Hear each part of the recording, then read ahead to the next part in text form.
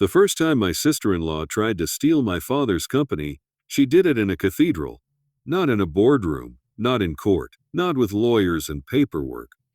She did it standing 10 feet from my dad's coffin, in front of 200 executives, union reps, bankers, and the same dock workers who had watched my father bleed for our business for 35 years. Brielle Hayes, perfect blowout, perfect pearls, perfect smile, walked up to the microphone like she was accepting an award.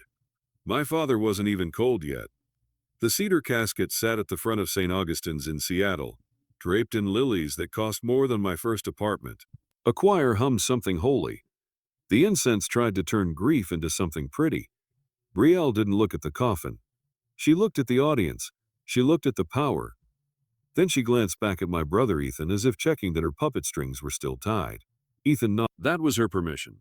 My husband, she said into the mic, voice bright and sharp like glass, will be stepping in as CEO of Hayes Maritime Logistics, effective immediately. The words landed like a gunshot in a place that had been built for prayer. A few people clapped on reflex.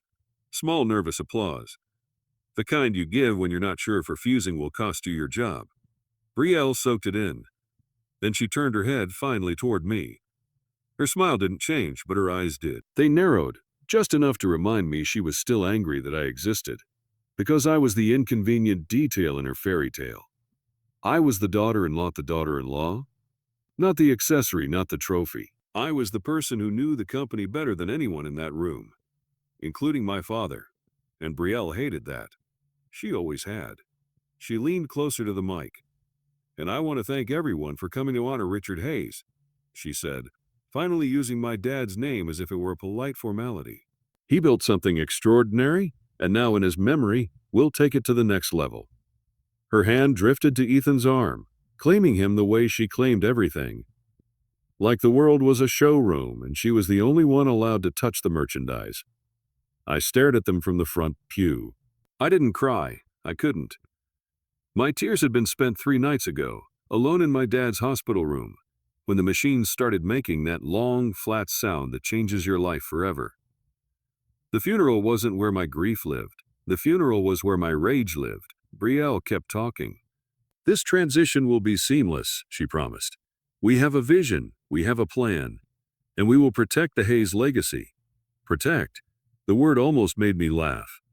Because 3 hours earlier, in the limo on the way to church, she'd said something very different. She'd leaned toward me, close enough that the driver couldn't hear, and whispered after today, you won't have to pretend you belong anymore. Then she'd looked down at my black dress, simple, respectful, not designer, and added, you're welcome. Brielle wasn't new to cruelty, she was fluent. When she married Ethan, she arrived like a storm wrapped in satin. She didn't just want to be part of the Hayes family. She wanted to replace it. She wanted my father's name on her invitations. She wanted my father's power on her finger, and she wanted me erased. At first I thought she was only jealous. I was wrong. Brielle wasn't jealous of me. She was terrified of me. Jealousy is childish. Fear is strategic. And Brielle was always strategic.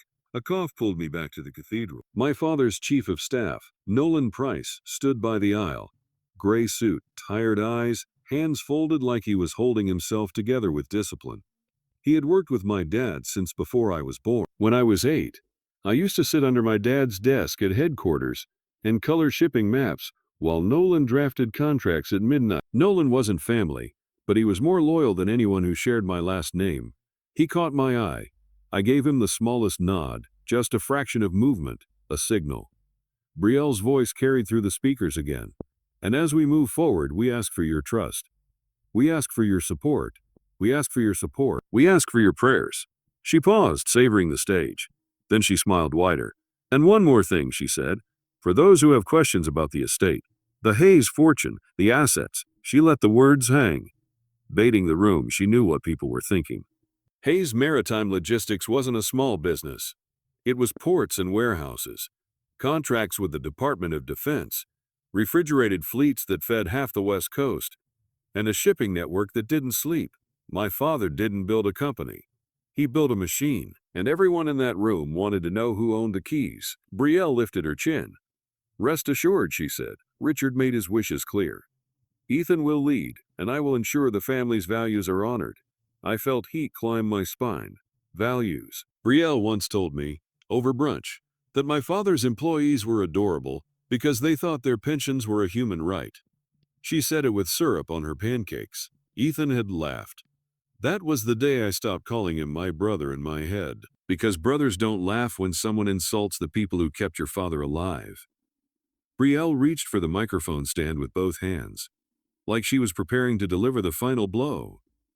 And as Richard's daughter, she started. My heart stuttered. She wasn't looking at me anymore. She was looking past me, as if I were already a ghost. And as someone who loved him like a father, she continued smoothly.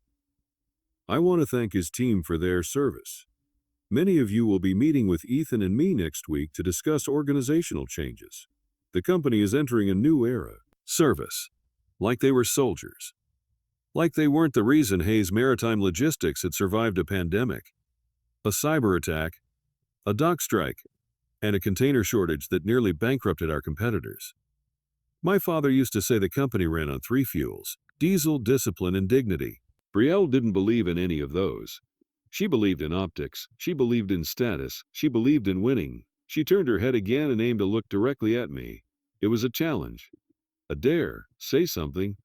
Make a scene. Show them you're unstable. I stayed still. I kept my hands folded in my lap, because I knew something Brielle didn't. My father had planned for this. He had seen her coming, and he had given me the match. Nolan Price took one step toward the back door. The cathedral doors were heavy oak, the kind that make a sound like thunder when they close. He didn't close them, he locked them. A soft click, almost polite. But in that moment, it was the loudest sound in the room. People turned. Brielle froze. Ethan's eyes flicked toward Nolan, confused. Brielle recovered quickly. She forced a laugh into the microphone. "Oh, Nolan, sweetheart," she called, like she was scolding a dog. "We're not having a lockdown." The congregation didn't laugh, because everyone felt it, that shift. The air changed. When power moves, the room knows before the mind does. Nolan didn't answer. He walked calmly to the AV table near the side aisle, where a large projector had been set up for the memorial slideshow. Brielle watched him, still smiling, but now the smile was tight. She didn't like surprises. She loved controlling them. Nolan picked up a small remote. My father's remote. He looked at me once. I nodded again, and then, before Brielle could finish her takeover speech, Nolan pressed play. The screen behind the altar lit up. At first it was just white light. Then a video file opened. A timestamp, a shaky camera angle. My father's office. My father alive, not smiling, not sick, not gentle. He sat behind his desk in the headquarters on Harbor Island, wearing the same navy sweater he wore when he was about to fire someone. His eyes stared straight into the lens. No warmth, no goodbye, just judgment. The entire cathedral went silent. Even the choir stopped. Brielle's hand slipped off the microphone stand. Her mouth opened slightly. Ethan leaned forward as if he could physically bend the future. Then my father's voice filled the speakers. Not through the priest's mic, not through Brielle's mic, through the cathedral's sound system, amplified and unavoidable. And the first sound that came out of my dad's mouth wasn't a greeting, it was a laugh. A dry, slow chuckle. The kind my father made when a man lied to him at a negotiation. The kind that meant, you think you're winning, but you're already cornered. Brielle's face drained of color. Because it didn't sound like a memorial, it sounded like a verdict. My father's laughter echoed against stone and stained glass. It crawled over the pews and wrapped around Ethan's throat. I watched my brother swallow. He couldn't. His Adam's apple bobbed like he was trying to choke down panic. Brielle grabbed his hand, not out of love, out of self-preservation. Because when your castle is built on someone else's death, the first crack is always loud. My father stopped laughing. He leaned closer to the camera, and in a voice so calm it was terrifying, he said, "Ethan, just his name. One word, but it hit my brother like a slap." Brielle whispered, "Turn it off," without moving her lips. Nolan didn't. He stood beside the AV table like a guard at an execution. My father continued, "If you're watching this, then you ignored my instructions." The room tightened. I could feel people holding their breath. The board members in the second row, men who had never looked at me long enough to remember my name, were suddenly staring as if I might be the only oxygen left, because they understood something important. This wasn't grief. This was governance. My father's voice carried on. I'm recording this because I know how this family behaves when money is involved. A murmur moved through the pews. Brielle's eyes flashed. She hated being seen, not on Instagram. In truth, my father's gaze on the screen shifted slightly, like he was looking at someone just off camera. Someone he trusted. He spoke again. Nolan, if you're there, lock the doors. Nolan's jaw tightened. He had already done it. Brielle's head snapped toward Nolan. Her expression wasn't confusion now. It was rage, the kind that appears when a bully realizes the victim has witnesses. My father's voice didn't change. Good. Now listen carefully. Brielle lifted her chin as if defiance could rewrite law. Ethan's fingers twitched like he wanted to stand, but he didn't, because standing up would mean everyone could see his legs shaking. Before anyone crowns themselves, we're going to review the debt. The word debt sliced the room. Brielle's lips parted. Her eyes flicked to Ethan. Ethan stared at the screen like he was watching a storm warning. My father continued, you all love to talk about legacy, so let's talk about liabilities. I felt my pulse slow, not because I wasn't scared, because I had been waiting, but to understand why my father had a funeral trap ready. You need to understand what happened 72 hours ago. The night he died, Hayes Maritime Logistics didn't pause. Ships don't stop because your father stops breathing. Contracts don't grieve. Fuel bills don't care. The company was a living thing, and someone had to keep its heart beating. That someone was me. While Ethan and Brielle were still taking staged photos outside the hospital, her mascara perfect, his arm around her like a politician, Nolan and I went straight to headquarters. The elevator to the executive floor smelled like my father. Coffee, salt air, and the faint metallic bite of ink. Nolan's phone wouldn't stop buzzing. Bankers, insurers, a reporter from a business journal who somehow already knew. We stepped into my dad's office and the silence there hit harder than any funeral hymn. His jacket was still on the back of his chair. A half-finished legal pad sat on his desk. 3 words underlined twice. Do not trust B.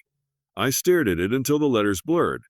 B. Brielle. My throat tightened. He'd known. He'd always known. Nolan cleared his throat softly as if speaking too loudly might summon my father's ghost. Lauren, he said, using my first name like he was trying to anchor me to the present. The board wants an emergency call in 30 minutes. I wiped my eyes with the edge of my sleeve. Schedule it, I said. We'll tell them operations are stable. We'll tell them the transition plan is in place. Nolan hesitated. And Ethan, I didn't answer, because I didn't know where to put my brother in the story anymore.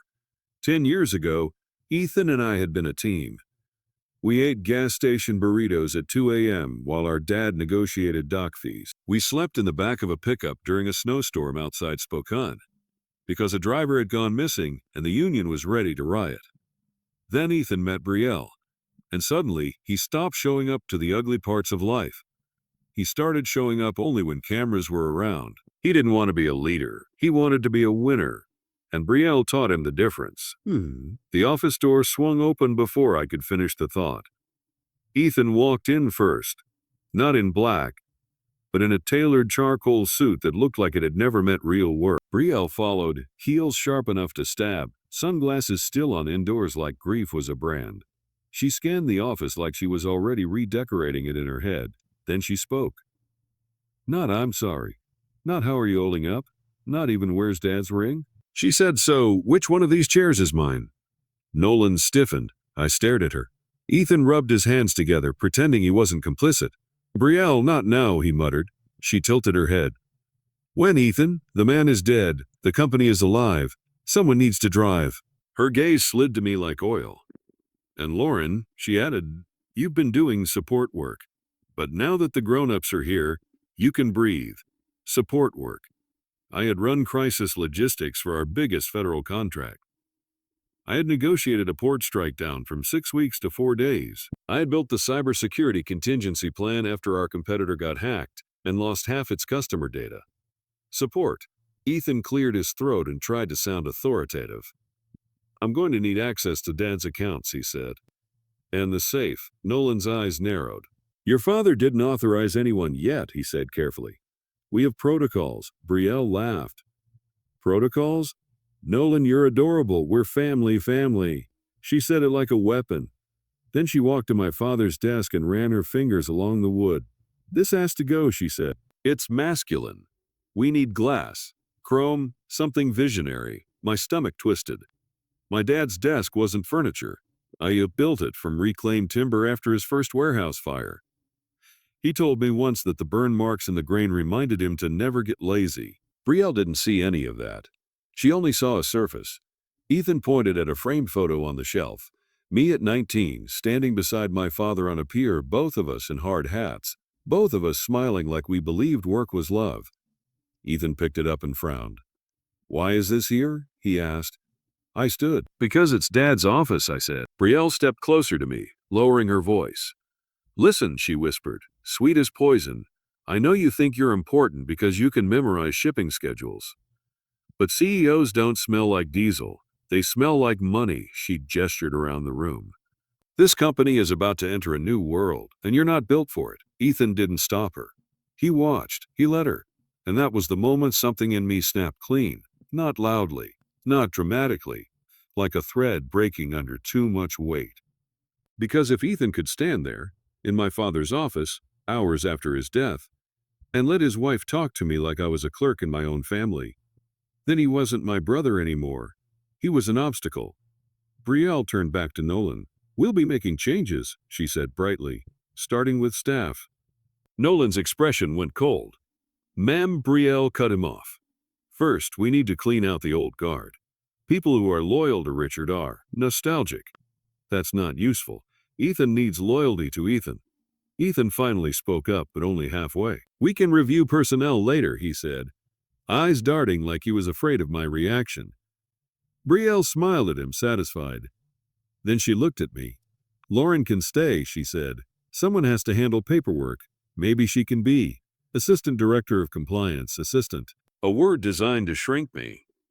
I smiled. Not because it was funny. Because it was instructive. Brielle didn't want me gone. She wanted me small. And small people don't fight back. Small people don't ask questions. Small people don't show up in legal documents. Brielle and Ethan spent the next 40 minutes talking about renovations, branding agencies, and a reimagined executive lifestyle suite. They didn't mention the drivers. They didn't mention the union contract renewal coming up in 6 weeks. They didn't mention the cargo backlog at Tacoma. They didn't mention the cash flow crunch we were about to face.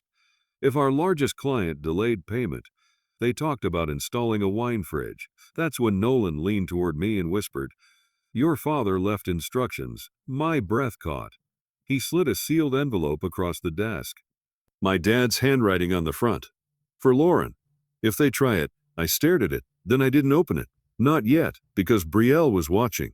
And Brielle loved information. She fed on it, so I slipped the envelope into my bag like it was nothing. And I let her keep talking. I let her feel in control. Tharmo. Because sometimes the best way to defeat a predator is to let it walk into the trap.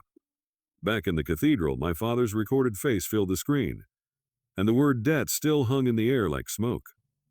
Brielle's fingers clenched around Ethan's hand. Her nails dug in. He flinched. My father's voice continued calm and surgical. Item 1, he said, and the screen flickered. A spreadsheet began to appear. Red lines, dates, amounts, names. The first row was labeled with a word that made Ethan's eyes widen. Monaco. Brielle's head snapped toward him. What is Monaco? She mouthed. Ethan didn't answer. He couldn't. Because the truth was about to play in front of everyone. And the coffin wasn't done laughing. The word Monaco glows on the projector like a wound. A collective breath drags through the cathedral, soft and sharp at the same time. Brielle's manicure tightens on Ethan's hand. He tries to pull away. She doesn't let him. On the screen, my father's recorded face tilts slightly, like he's studying a case file instead of his own son.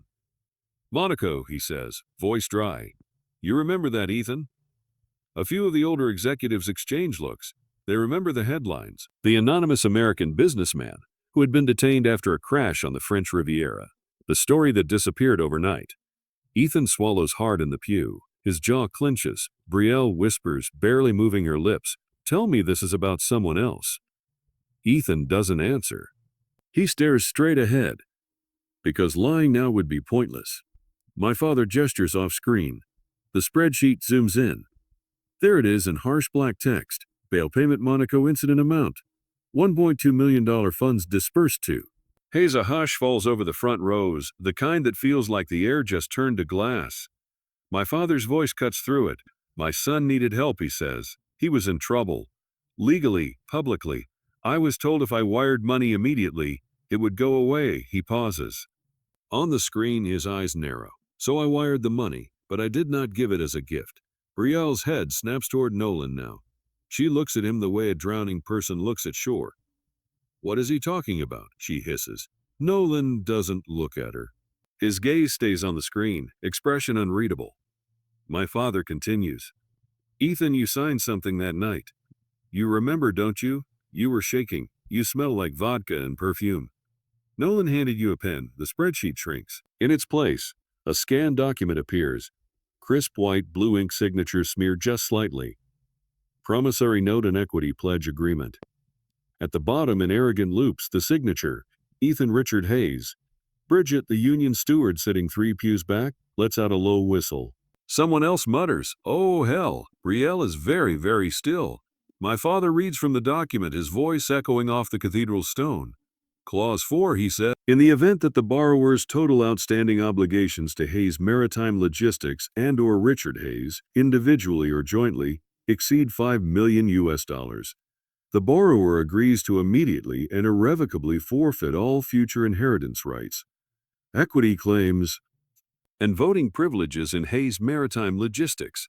The board members lean forward as one, eyes on the text. My father goes, furthermore, he reads, said forfeited rights shall without contest transfer to any individual who, in good faith, satisfies the borrower's outstanding debt on behalf of the company or estate. He looks back up at the camera. The scan freezes on the clause. Every lawyer in the room has the same thought at the same time. Bulletproof. Brielle finally finds her voice. That can't be binding, she says too loud, forgetting the microphone is still in her hand. Her protest blasts through the speakers. The priest winces. Half the congregation turns to look at her, not in sympathy, in recognition. My father's recorded self ignores her, of course. He can't hear her. He made this video for the moment, not the noise. You didn't read it, Ethan, my father says. You never read anything you sign. You just assumed I'd clean up your mess. On the screen, the spreadsheet reappears, now with more red lines filling the page. Restaurants, failed side ventures, a disastrous crypto hedge opportunity. Designer stakes in a fashion brand that never made it to runway. Each row labeled with a date and amount in one damning column. Beneficiary E. Hayes. It scrolls and scrolls. The numbers add up. 1.2 million, 900K, 2.3 million, 750K. All in red. All bleeding. If you're still watching this on Stories Untold, my voice would be saying if this was playing out on your phone instead of in my chest. Drop dead in the comments so I know you're still with me. Because this part gets insane. In the cathedral, my father says, people told me I was spoiling you, Ethan. They said I was turning you into a parasite. They were wrong. He leans back in his chair on screen, folding his hands. I wasn't spoiling you, he says. I was testing you. The sentence lands like a punch. I gave you rope, he says. You chose what to do with it. A murmur pulses through the back rows where the drivers sit. These are men and women who've been written up for taking home a ream of company printer paper. They are watching a spreadsheet of millions swirl by like loose change. My father continues, his tone almost academic now. I wanted to see if the golden child could build something, or if he would burn everything I handed him. He taps the desk with his fingers once. The spreadsheet stops scrolling. At the bottom in bold red, total outstanding, $6.8 million. I feel my own breath stall. Even though I've seen these numbers before, even though Nolan and I ran them ourselves, in the blue light of 3 a.m., while Ethan and Brielle were asleep in their penthouse suite downtown. Seeing them here, in this church in front of everyone, is different. It isn't accounting, it's judgment. My father says, last month you crossed the threshold. The words seem to hang in the air like smoke. You didn't notice, he goes on. You were too busy celebrating a brand partnership in Miami you claimed would put us on the map. Another line appears on the spreadsheet. Miami campaign luxury brand collab amount, $650K. Result?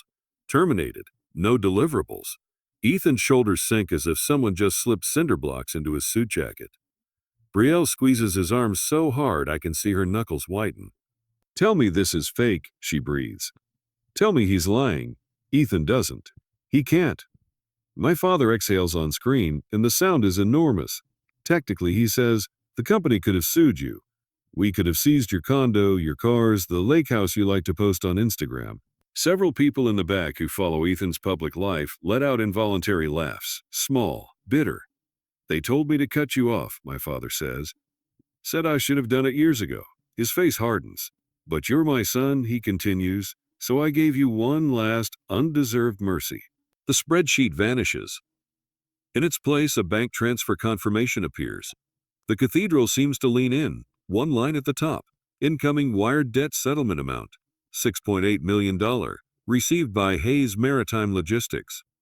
The next line is where every throat in the room tightens at once.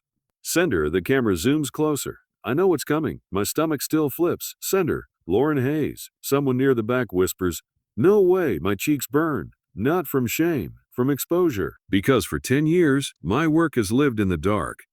Inside spreadsheets, risk models, overnight port calls, quiet threats that never had to be carried out because I handled the problem before anyone smelled smoke. Now my name is 20 feet high over my father's coffin. Nolan doesn't look surprised. He knew. He helped me. But some of the board members turn in their seats to look at me like I just walked on water down the center aisle. Brielle releases Ethan's hand, slowly. Her fingers uncurl like she's discovered she's been touching a stranger. You pay, she says, too stunned to cover the contempt in her voice. With what? Your little bonuses. She says bonuses like coupons. My father's video cuts back to his face. For the first time since the video began, there's something like pride in his eye. Lauren, he says, and even in death his voice softens on my name. If you're in that room, you already know this. The lump in my throat swells. The first row of drivers, people I've pulled shifts with in the rain at the Tacoma yard, stare at me, recognition dawning, because they remember the new routing system that cut fuel costs by 15%. They remember the contract renegotiation that saved 300 jobs. They remember the night we slept on office chairs because hackers tried to ransom our shipment data and we refused to pay. They remember who was in the trenches. My father continues, eyes never leaving the camera. You didn't just save the company, Lauren. You bought your brother's freedom. From the lawyers, from the banks, from prison if it came to that. Brielle's head whips toward me. Her eyes are pure calculation, because she understands leverage. But my father isn't done. You also bought something else, he says. You bought his seat at the table. The bank transfer shrink fades to the corner. The scanned contract returns. Paragraph 4 highlighted in harsh yellow. In accordance with the agreement Ethan signed. My father's voice says, now edged with steel. By satisfying his debt in full, you became the transferee of all rights he has just forfeited. He looks straight ahead, addresses the room, not just me.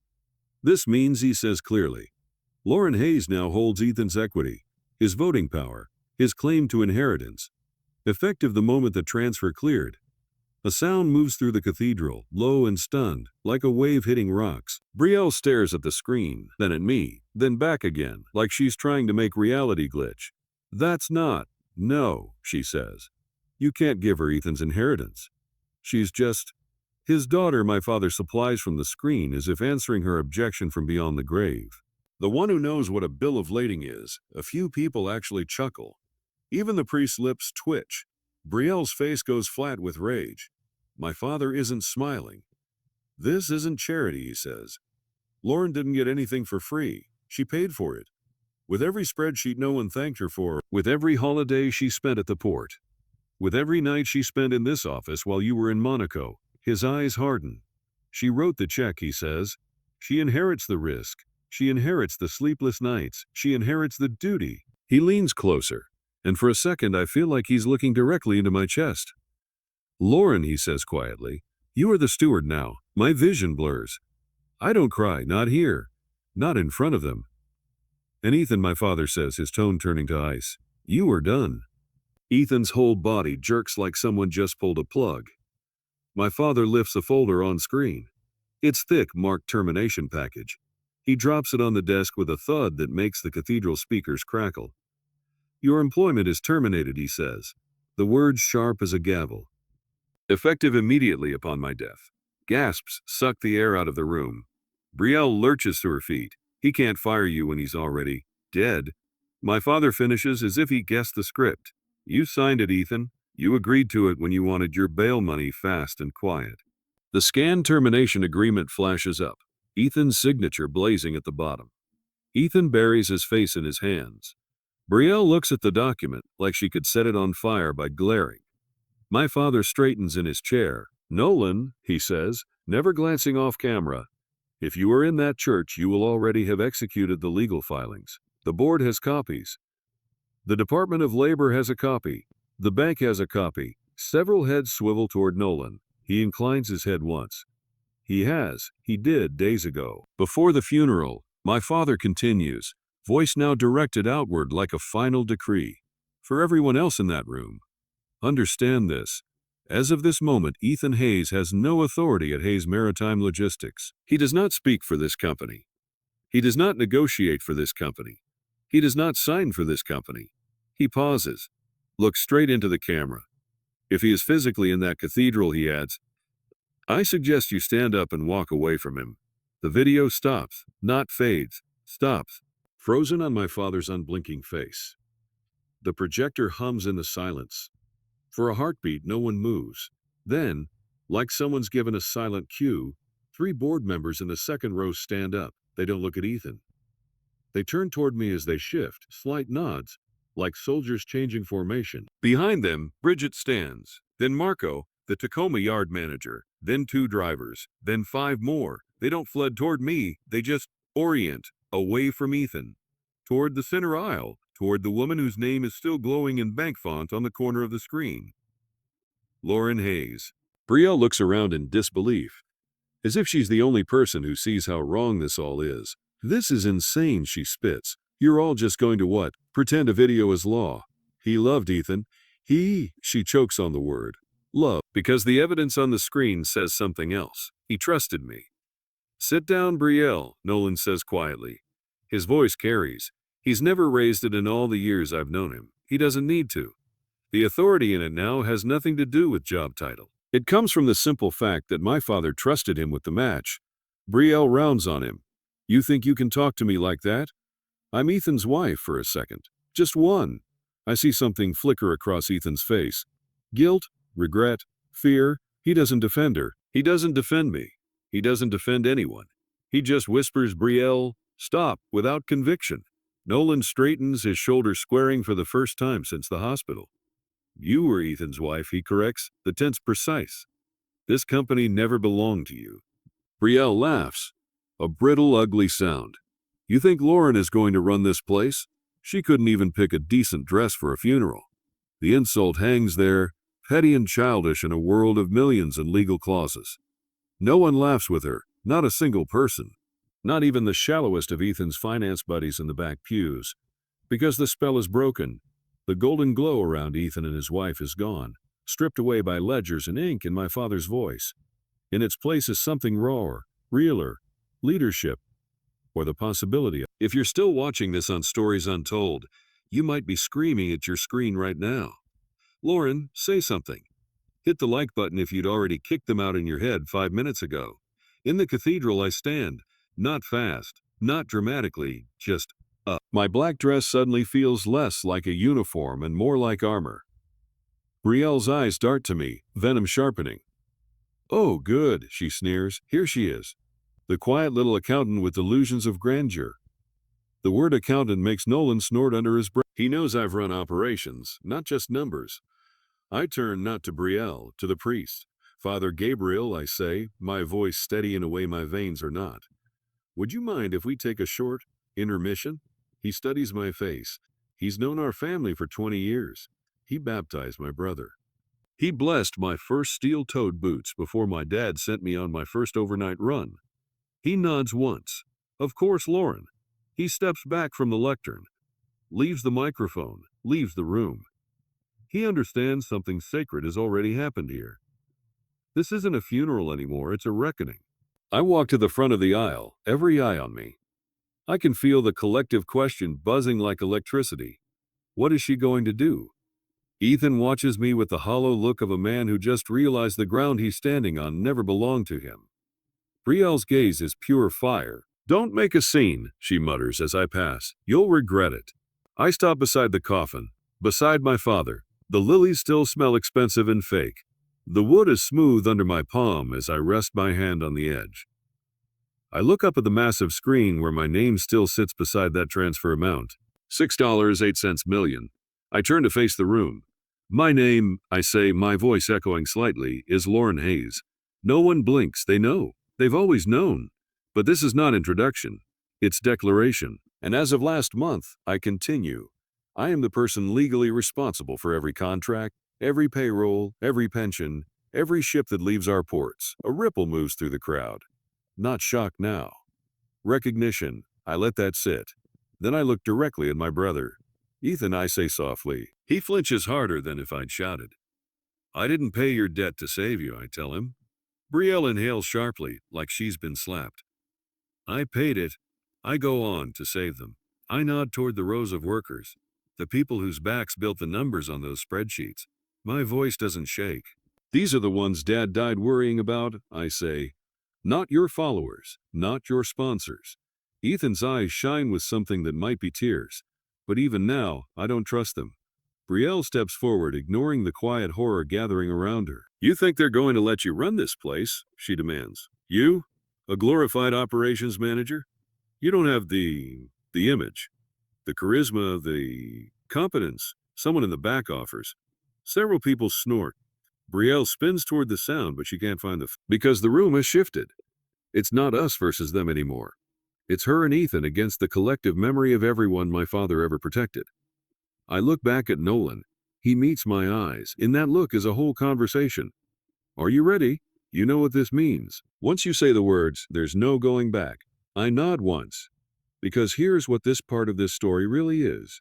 The moment I stop being the ghost in the machine, the moment I step fully into the light my father built for a successor he knew would have to fight her own family to stand there, I take a breath. If you're watching this and you're still here, type stewardship in the comments so I know you made it to this turning point with me. Then, into the microphone. In front of the coffin and the cathedral and the empire my father left behind, I say the sentence that will redraw all of our lives. As acting CEO of Hayes Maritime Logistics, by authority of the transfer agreements you all just saw, I am formally relieving Ethan Hayes of any and all duties effective immediately. Brielle's mouth drops open. "You can't," she begins. But the word "can't" is too late. Out in the pews, Nolan is already reaching into his inner jacket pocket, fingers closing around a thick, sealed envelope. The same envelope he slid across my father's desk 3 nights ago. The one addressed to me, for Lauren. "If they try it," he steps into the aisle. And as every head turns to him, as every phone in the room quietly starts recording, he begins to walk toward the front, toward me, toward my father's coffin, toward the sister-in-law whose greed just detonated her own future. He holds out the envelope. "Shall we show them the rest, Miss Hayes?" he asks, and that is where this part ends. Because what's inside that envelope? That's where the real inheritance is, and you're going to want to see Brielle's face when she finds out. If you're watching Stories Untold right now, drop a comment. Where are you watching from, and what time is it for you? And don't forget to like and subscribe, because the last page of this envelope changes everything. Nolan stopped beside my father's coffin like it was a witness stand. The envelope looked ordinary. Cream paper, thick seal. My father's handwriting so familiar it hurt. For Lauren. "If they try it." Brielle stared at it like it was a snake. Ethan stared at it like it was a gun. And the room, 200 people who had shown up expecting grief, now sat in the electric quiet of a takeover that had already happened. Without shouting, without fists, without chaos, just ink and truth. I didn't reach for the envelope immediately, not because I was scared, because I knew the second I opened it, Brielle would stop pretending. Greedy people can act civilized. right up until the moment the door locks from the outside. I took the microphone again, letting the silence stretch long enough for everyone to feel it. "This envelope," I said, voice steady, "is my father's last instruction." Brielle scoffed loudly. "Oh my God, enough with the theatrics. You're acting like you're on some courtroom show." I turned my head slightly, just enough to look at her. "No," I said, "this is the opposite. Court is where people go when they don't have proof." Her lips tightened, because she understood what I meant. Proof is the one thing she couldn't charm. I held out my hand. Nolan placed the envelope into it, careful, respectful, like it was a flag at a funeral. My fingers pressed into the seal. I could feel the raised texture of my father's handwriting. For 1 second, my mind didn't see Brielle. It didn't see Ethan. It didn't see the board. It didn't see the port managers and union. It only saw my dad at his desk late night, coffee cooling beside him, writing this because he knew what his death would invite. Then I broke the seal. The sound was soft, but in that cathedral it landed like a crack of lightning. Inside was a stack of documents, organized, tabbed, labeled. Not an emotional letter, not a goodbye. A strategy? Page 1. A notarized letter titled Funeral Protocol. Page 2. A legal certification of the transfer Nolan had already referenced. Then a second envelope inside the first, smaller, sealed again. This one had a single name written on it. Brielle Carter Hayes, her maiden name, not her married one. A detail so small it would have meant nothing to anyone else. But to Brielle, it was a slap, because it reminded her she could marry the name, but she would never own the bloodline. Brielle's chin lifted. "That is not for you." I nodded, almost kindly. "You're right," I said. "It's for you." I turned to the priest, who still waited nearby, watching like a man who just discovered sin can come in designer heels. "Father Gabriel," I said, "would you please witness delivery?" He hesitated only a moment, then nodded. Because this wasn't gossip, this was formal. I stepped toward Brielle. She didn't back up. She didn't want to look afraid. But I could see her throat work as she swallowed. I held the sealed letter out. "For Brielle Carter Hayes," I said clearly. She didn't take it. She stared at my hand, then my face. "You're enjoying this?" she whispered. "No," I said. "I'm finishing it. That did it."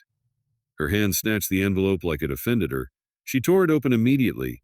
No patience, no caution, no instinct for self-preservation. Because people like Brielle only feel safe when they're consuming. Her eyes scanned the first page, and the color left her face so fast it was almost theatrical. But this time, it wasn't performance. It was panic. "What is that?" Ethan whispered. Brielle didn't answer him. She couldn't. Her mouth opened once. Nothing came out. Then she flipped the page. Her hand started to shake, the paper rattled. And the cathedral, full of powerful people who loved drama as long as it wasn't theirs, leaned in. I didn't need to grab the microphone to make them listen. They were already listening. They were listening to the sound of Brielle's life collapsing in real time. Brielle's voice finally came, strangled. This is insane." I raised my chin. "Read the heading." She didn't want to, so I did. "Notice of investigation and demand for accounting." A murmur rolled through the pews. Brielle's eyes shot to Nolan. "You," she breathed, "you did this." Nolan's voice was calm. "Your father did." I lifted the main packet in my hand. "Dad didn't only keep score of Ethan's liabilities," I said. "He kept score of everyone who treated his company like a bank account." Brielle's lips peeled back slightly. "I never took anything." I looked at her for a long moment. Then I pulled a single page from the stack, tabbed and read. "This page," I said, "is why he wrote, 'Do not trust B.'" And then I held it up so the board could see. Not the crowd in the back, not the drivers, the board. The people who understood what this meant the second they saw the numbers. A vendor contract, a consulting agreement, a shell company name that looked harmless if you didn't know how fraud dresses itself. BCH Strategic Branding LLC, Brielle's initials, her new company, her vision, her rebrand. Sue. Her eyes widened, then narrowed. "That's my business," she snapped. "That's separate." I nodded. "It was separate," I said. "That's why it's criminal." A sound like a gasp and a laugh collided somewhere near the second row. Brielle's voice rose. "You can't accuse me of that at a funeral." I tilted my head. "You tried to steal a $480 million company at a funeral." A ripple of shocked laughter moved through the room. Brielle snapped her head toward the crowd, furious that they weren't on her side. They had been 10 minutes ago. They had clapped for her. Because power is contagious. Because power is contagious. But proof is an antidote. I continued, slow enough for every word to land. Over the past 18 months, I said, Hayes Maritime Logistics paid BCH Strategic Branding LLC a total of $2.04 million for executive image consulting, brand alignment, and reputation management. Brielle's mouth formed a silent no. I flipped to the next page. Here are the invoices, I said. Here are the wire confirmations. Here are the email approvals. I didn't look at Ethan when I said this next part, because I didn't need to. Approved by Ethan Hayes. Ethan's breath hitched. He looked at Brielle, confused and betrayed and pathetic all at once. Brielle whirled on him. You signed them. He blinked. You told me it was normal. She bared her teeth. It is normal. In our world, he repeated, like he was tasting the words for the first time. And there it was, the moment he realized he'd been living inside her worldview, like it was oxygen. I held up another page. This one, I said, is the audit summary my father ordered 6 months ago.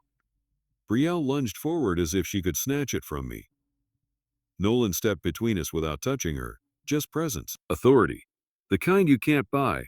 Brielle froze, then forced herself to step back. Her eyes darted around the room, searching for allies. She didn't find any, so she tried intimidation. She turned to the board, voice sharp and practiced. This is internal family drama, she said. It shouldn't concern the company. One of the board members, a woman named Diane Kessler, CFO, 20 years, not impressed by pearls, stood slowly. It concerns the company, Diane said. When company funds are routed to an entity owned by the CEO's spouse, Brielle's nostrils flared. Diane's gaze flicked to me. Ms. Hayes, she said, do you have supporting documentation showing beneficial ownership? I nodded once and turned another page. Here, I said. BCH registration document, Brielle's signature, the bank account opening forms, and the transfer trail. Brielle's lips trembled. Her eyes got glassy, not with tears. She was trying to compute the quickest exit, the cheapest loss, the best story she could sell afterward. I kept going. Dad didn't want this fought in whispers, I said. He wanted it handled cleanly. I held up the final page of her packet. At the bottom, I said, is a choice. Brielle stared. Her breathing turned shallow. I read it aloud. Option A, voluntary repayment of $2.04 million within 30 days, surrender of all claims to Hayes' estate, and immediate resignation from any advisory involvement. Option B, criminal referral for fraud, plus civil litigation for damages. Brielle's knees looked like they might buckle. She steadied herself with rage. You can't do this, she spat. You're not a prosecutor. No, I said. I'm the person who signs the referral. She shook her head violently, hair shimmering like a weapon. This is a lie. This is you trying to humiliate me because you've always hated me. I looked at her, and for the first time, I spoke with a coldness I'd practiced in silence for a decade. No, I said. This is me honoring my father. He built a company. You tried to turn it into your vanity mirror. Ethan's voice cracked. Brielle, did you take that money? Brielle snapped toward him, eyes blazing. You ungrateful, she began. And then she stopped. Because she saw his face. Not love. Not loyalty. Fear. The fear of a man realizing his wife might be the bigger predator. And for a second, Brielle's expression changed. She didn't look at Ethan like a husband anymore. She looked at him like a failing investment, a stock dipping in real time. She pivoted instantly. Soft voice, tears forming on command. Ethan, she said, you know how much pressure I was under? I was trying to protect us. I was trying to build your image so the board would respect you. Ethan blinked, confused, vulnerable, and I watched her try to pull him back onto her hook. That's when Nolan spoke again, quiet but lethal. Brielle, he said, there's more. She stiffened. He gestured to the packet in my hand. There's an addendum, he said. Ilwi, I flipped to the next tab. Black. This one wasn't about money. It was about motive. A printed email chain, subject line, funeral announcement, CEO intro, talking points, sender. Brielle Carter Hayes, recipients. PR consultant, event planner Ethan Hayes. Timestamp. 2 weeks before my father's death. My stomach tightened. Because this wasn't just greed after death. This was planning before it. I raised the page so the front rows could see. Brielle, I said, you drafted your coronation speech while my father was still alive. Brielle's eyes darted. Her mouth opened, then closed. Because how do you deny an email with your name on it? Ethan's face turned gray. You did what? He whispered. Brielle tried for outrage. It was contingency planning. I didn't smile. Contingency planning, I repeated, for the day a man dies. The priest crossed himself softly, like he needed protection from the ugliness. I continued. And, I said, turning another page, you demanded the announcement happen at the funeral because you knew the audience would be trapped by etiquette. Brielle snapped. That's not. I read her own words. People won't challenge us in a church. It will look disrespectful. Use the moment. The room went dead. Not silent. Dead. Brielle's tears evaporated. Her face hardened into something uglier and more honest. She looked around at the crowd like they had betrayed her by reading. Then she turned to me and hissed, You think you won? I took one step closer, low voice, so only she and Ethan could hear. I didn't come here to win, I said. I came here to remove you. Brielle's laugh was sharp. And if I don't leave, I looked at Ethan, then back at her. Then you stay, I said, and you get walked out by security while the referral goes out before sunset. Her eyes flicked toward the doors. Locked. Nolan still had the keys. She realized she wasn't in control of the room, so she tried the only thing she had left. Destruction. She spun, grabbing the microphone again, voice high and shaking. Listen to me, she shouted. Lauren is unstable. She's always been jealous. She couldn't stand that Ethan was the heir. Brielle, Diane the CFO said, tone flat, stop. Brielle ignored her, eyes burning with hatred. She's lying about those invoices. That company is legitimate. It's consulting. It's PR. Then you'll have no problem with the audit, Diane said. Brielle's voice cracked. It's not. This is a witch hunt. I lifted the final page from my father's packet. The one Nolan had flagged for me weeks ago. A single sentence in my father's handwriting, copied into the packet as his final instruction. Witches aren't hunted. They're proven. I didn't read it out loud. I let Brielle see it. Her stare locked on the words, and for a split second fear finally broke through her arrogance, because she understood my father's mind. He didn't guess. He documented. Now Ethan stood abruptly, wobbling. He turned to me, eyes wet. Lauren, he said, voice raw, I didn't know about the branding company, I didn't. I swear. I just signed what she put in front of me, and there it was again, the same defense. I didn't read it. I just signed it. I looked at him. I believe you, I said. Hope flared on his face. Then I finished. And that's why you're unfit to lead. Hope died. His shoulders sagged. Brielle's lips curled. But her satisfaction didn't last. Because I wasn't done, I turned back to the board. As acting CEO, I said, I'm making 3 immediate decisions. The room sharpened. Not because they liked me. Because they needed stability. First, I said, all vendor payments to BCH Strategic Branding LLCs are frozen pending full forensic audit. Diane nodded once. Second, I continued. Ethan Hayes is to be escorted from headquarters and removed from all corporate accounts and contact lists. Nolan will coordinate. Nolan's face didn't change, but I saw relief flicker in his eyes. Because this wasn't personal, it was clean up. Third, I said, I am appointing Nolan Price as interim chief operating officer until the board votes on permanent structure. That got their attention. Because it wasn't revenge, it was governance. A murmur moved through the workers. They trusted Nolan. They'd watched him keep promises when executives made speeches.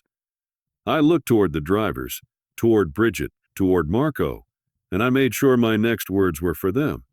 And your pensions, I said, are protected. Your contracts will be honored. Your jobs are not bargaining chips in a family fight.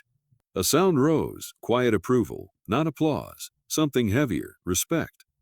Brielle's face twisted. She snapped. You're playing hero. I didn't even look at her this time. I'm doing my job, I said. Brielle took 2 fast steps toward Ethan, grabbed his sleeve, and yanked him close. We're leaving, she hissed. Ethan didn't move, because he couldn't. He looked at the doors, locked. He looked at the board, gone from him. He looked at me like a man staring at the life he traded away for shiny things. Brielle shook him. Ethan, his voice came out small. I don't even know what to do. Brielle's expression snapped into disgust. Just like that, the mask slipped. She leaned in and whispered, loud enough that the front row heard anyway. You were supposed to be the prize. Ethan flinched like she'd hit him. She released his sleeve like it was dirty. Then she looked at me with a final venomous promise. This isn't over, she said. I finally gave her the attention she craved. Just one sentence. It is, I said. Then I nodded toward Nolan. He stepped aside and gestured to two men in dark suits near the back. Security. Not bouncers. Corporate, quiet, professional. The kind of men trained to remove a problem without feeding it drama. They approached Brielle. She stiffened, eyes wild. You touch me and I'll sue, she snapped. One of them spoke calmly. Ma'am, you're being escorted out. Brielle whirled toward the crowd, searching for a camera that would make her a victim. She found plenty. Phones were up now. She forced tears into her eyes, voice trembling. This is misogyny, she cried. This is what happens when a woman tries to. Diane cut in, flat as steel. This is what happens when someone tries to steal. Brielle's face contorted. Her tears vanished again. She lunged toward me like she wanted to slap me in front of my father's coffin. Security moved faster. They didn't grab her violently. They simply contained her. Controlled her wrists, held the moment. Brielle shrieked, the sound sharp enough to slice. Let go of me. The priest stepped back further, horrified. Ethan didn't help her. He just stood there, hollow, because deep down he knew. If he defended her now, he'd be defending a sinking ship, and he was already drowning. As Brielle was guided down the aisle, she twisted her head toward me one last time. This company will eat you alive, she spat. They'll turn on you. They'll chew you up. I didn't raise my voice. I didn't need to. I grew up inside the machine, I said. I know where the teeth are. Her eyes flashed. Then she was gone through the side door. Nolan unlocked with a single turn of the key, controlled exit. No spectacle beyond what she'd already made. The doors shut. The cathedral exhaled. Ethan was still there, still standing, still my brother by blood, not by choice. He took one step toward me, hands open like he wanted forgiveness to drop into them. Lauren, he whispered, please, I'll fix it. I'll get the money back. I held up one hand. Not aggressive, final. Ethan, I said, Dad gave you 10 years of chances. He swallowed. His eyes searched mine, and for the first time since he met Brielle, I saw him clearly. Not a villain, not a hero, a weak man who kept choosing comfort over character. You can't do this to me, he said, voice cracking. I tilted my head. I didn't, I said. You did it to yourself, he looked down, shaking. Then he whispered, she's going to destroy me. I nodded once. Then stop letting her, I said. He stared at me like the concept was new. Maybe it was. I turned away before sympathy could soften me. Because sympathy is expensive, and the company couldn't afford it anymore. I faced the room again. My father came here today, I said, voice catching just slightly to make sure his life's work didn't become a toy. I placed my hand on the coffin. He wasn't perfect, I said, but he built something real. I looked at the workers, and real things need stewards, I said. I glanced at the board, and real things need discipline, I added. Then I lowered my voice, and real things, I said, need people who can live without applause. No one clapped. Not because they didn't approve. Because it finally felt like a funeral again. The priest stepped forward quietly. He cleared his throat, eyes wet. Richard Hayes, he began, voice trembling, was a man who believed in work. The service resumed. But something had changed. Grief had returned. Not the fake kind Brielle tried to weaponize. The real kind that comes when the battle stops long enough for love to speak. After the service, as people filed out, I didn't chase congratulations. I didn't shake hands like a politician. I stood by the coffin until the last hymn ended. Then Nolan approached softly. It's done, he said. I nodded. My throat hurt. Not done, I corrected quietly. Started. He gave a small, rare smile. Outside, Seattle air hit cold and clean. A few of the drivers lingered, uncertain. Bridget stepped toward me, hands in her pockets. Lauren, she said, we're with you. My chest tightened. I nodded once. Then we keep it moving, I said. We keep people paid, we keep the porch running. She smiled grimly. That's what we do. My phone buzzed, a notification. One of those news alerts that feels like fate has a PR team. Brielle Carter Hayes files for emergency separation. I stared at it a second, then swiped it away. Not because it didn't matter, because it didn't change the mission. Ethan called. I didn't answer. Not because I hated him. Because hate is still attachment. I had something bigger now. Responsibility. If you made it to the end of part, comment. Would you have forgiven Ethan because he's family, or would you have done exactly what Lauren did? And again, where are you watching from? And what time is it for you right now? This is Stories Untold. Like, subscribe, and stay close, because the next story is already waiting.